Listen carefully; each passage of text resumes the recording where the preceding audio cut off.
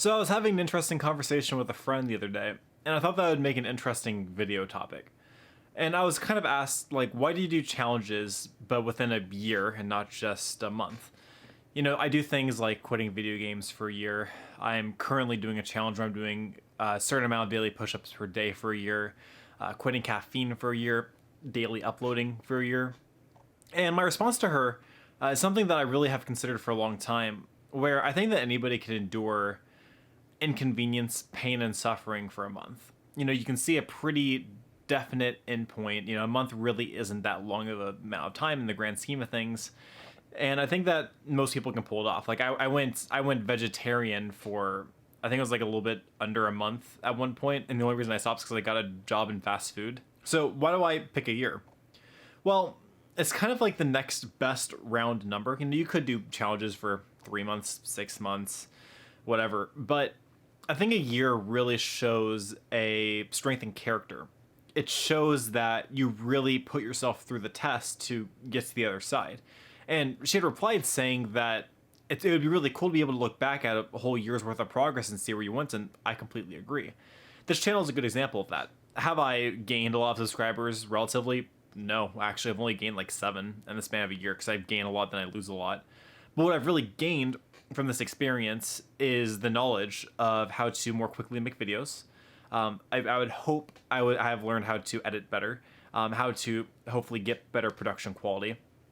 And through all of this, I will become a better creator because of it. Once we get past this year and I start making more quality content, I'll be able to apply the lessons that I've learned from this year and make something interesting.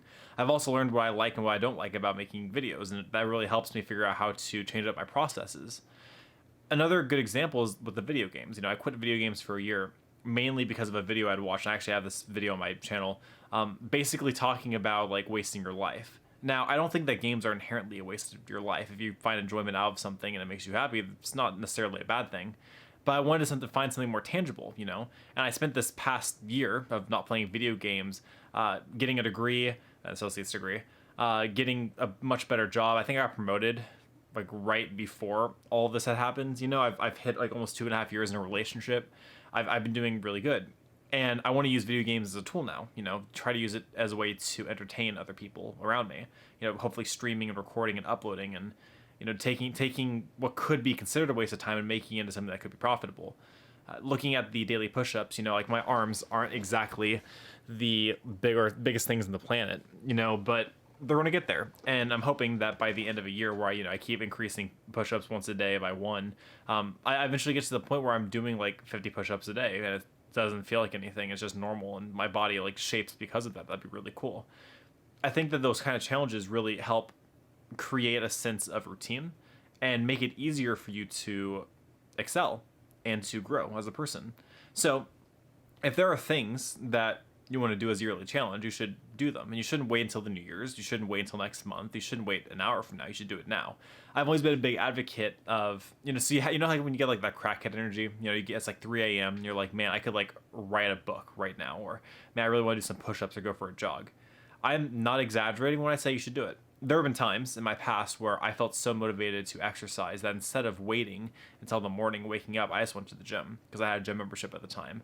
Or whenever I didn't have a gym membership, I would go for a run, or I'd do push-ups, or I'd do something, depending on how safe it is to go outside, of course.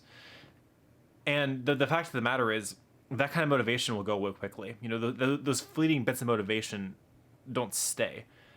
But what's cool is if you take advantage of those moments of motivation and you do something with it, you can create a pattern and a sense of wanting to continue. It's like whenever somebody, I don't know, has a Snapchat streak as an example, they don't want to stop the streak once it gets past a certain number. Well, if you're doing push-ups a certain amount of days, you stop wanting to stop because you realize that you don't want to break the streak.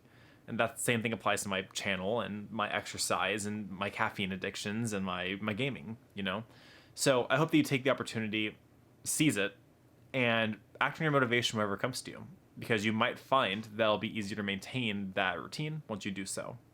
I hope you guys enjoyed this video. If you did, go ahead and give it a like. If you want to see more, subscribe, and do not forget to keep it casual.